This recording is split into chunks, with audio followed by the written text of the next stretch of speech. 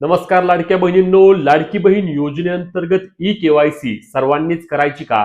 E KYC साठी नवीन update सुरू झाले आहेत. वेबसाईट पूर्णपणे बदलून गेलेली आहे. आपण या आधीचा व्हिडिओ तुम्ही आपल्या चॅनलवर किंवा पेजवर पाहू शकता, ज्यावर आपण वेबसाईट बाबतच्या आणि नवीन ई केवायसी करण्याची प्रक्रिया सविस्तर सांगितली आहे. यामध्ये आता आपल्याला माहिती आहे, ज्यांना पती नाहीयेत, वडील नाहीयेत, त्यांची देखील ई केवायसी ऑनलाईन पद्धतीने होत आहे. त्यासोबतच ज्यांची ई केवायसी चुकलेली आहे त्यांची देखील ई केवायसी दुरुस्ती होत आहे.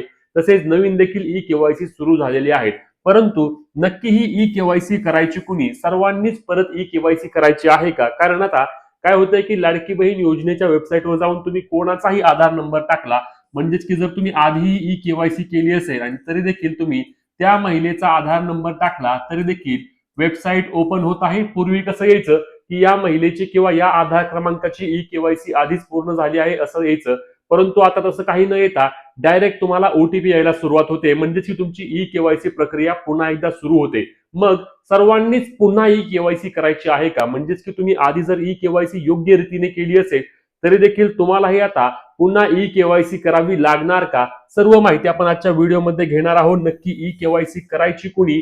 वेबसाईटवर नवीन खूप जास्त अपडेट आले आहेत. ते अपडेटमुळे अनेक लाडक्या बहिणी संभ्रमात आहेत. तर सर्व अपडेट बद्दल आणि सर्व ई केवायसी करायची कुणी, कशी करायची, सर्व सविस्तर माहिती आपण व्हिडिओमध्ये पाहणार आहोत. तर लक्षात घ्या लाडक्या बहिणींनो, यामधील 4 प्रश्नांपैकी पहिला प्रश्न म्हणजे ई केवायसी कोणी करायची आहे. लक्षात घ्या, जर तुमची लाडकी बहीण योजनेची ई केवायसी आधी तुम्ही योग्यरित्या पूर्ण केली आहे, कोणतीही त्यामध्ये चूक झाली नाही, तर तुम्ही परत ई केवायसी करण्याची त्या ठिकाणी आवश्यकता अजिबात नाही. तुमची ई केवायसी यशस्वीरित्या पूर्ण झालेली आहे आणि तुम्हाला माहिती आहे की तुम्ही तुमच्या पतीचा किंवा वडिलांचा त्या ठिकाणी आधार नंबर टाकलेला आहे, तुमचा स्वतःचा आधार नंबर टाकलेला आहे, दोन्ही आधारवर व्यवस्थित ओटीपी घेतलेले आहेत, त्यानंतर दोनही प्रश्न त्या ठिकाणी व्यवस्थित उत्तर दिली आहेत आणि तुमची कास्ट देखील तुम्ही योग्य पद्धतीने निवडली आहे, जात तुम्ही योग्य निवडली आहे आणि तुमची ई केवायसी केली असल्यास तुम्ही परत याच्या भानगडीत पडू नका. तुम्हाला परत ई केवायसी करण्याची कोणत्याही प्रकारची त्या ठिकाणी आवश्यकता अजिबात नाही. दुसरा महत्त्वाचा प्रश्न म्हणजे आधी केली तरी परत करायची का? तर मी तेच सांगितलं तुम्हाला की आधी तुम्ही ई केवायसी योग्य पद्धतीने केली असल्यास, कोणतीही चूक झाली नसल्यास तुम्हाला परत यामध्ये ई केवायसी करण्याची अजिबात आवश्यकता नाही आहे. ई केवायसी एकदा व्यवस्थित सबमिट झाल्यानंतर त्याची पुन्हा डबल तुम्हाला करण्याची आवश्यकता नाही. आता डबल कुणी करायचे आहेत? लक्षात घ्या की ज्यांना वाटतंय की बाबा आपला एखादा प्रश्न जो होता त्या 2 प्रश्नांपैकी एखाद्या प्रश्नाचे उत्तर आमच्याकडून चुकीच्या पद्धतीने दिले गेले, त्यांनी परत ई केवायसी करू शकतात. त्यासोबत एखादा जात प्रवर्ग निवडताना चुकला आहे ते देखील परत ई केवायसी करू शकतात. मध्ये काही प्रमाणामध्ये पती नाहीयेत, वडील नाहीयेत अशा महिलांसाठी एक बातमी आली होती की त्यांनी त्यांच्या नातेवाईकांचे आधार कार्ड वापरून ई केवायसी करा. आणि अशा वेळेस अनेक लाडक्या बहिणींनी त्या ठिकाणी नातेवाईक, आई असेल, भाऊ असेल, यांचे आधार कार्ड वापरून त्या ठिकाणी ई केवायसी केली. तर त्यांनी देखील आता त्यांची ई केवायसी एडिट करायची आहे. एडिट करायची म्हणजे काय? तर फक्त वेबसाईटवर जाऊन योग्य पद्धतीने तुमची ई केवायसी त्या ठिकाणी तुम्ही पूर्ण करून घ्यायची आहे. पती वडील नसल्यास त्या ठिकाणी तो पर्याय निवडायचा आहे की आम्ही बाबा आम्हाला पती नाहीयेत किंवा आम्हाला वडील नाहीयेत. मग त्या ठिकाणी तुम्हाला जो मृत्यूचा दाखला आहे तो 31 तारखेच्या आधी तुमच्या अंगणवाडी सेविकांकडे जमा करायचा आहे. ई केवायसी करायची आणि मग अंगणवाडी सेविकांकडे जाऊन डॉक्युमेंट जमा करायचे आहेत. अशा पद्धतीने ई केवायसी करायची.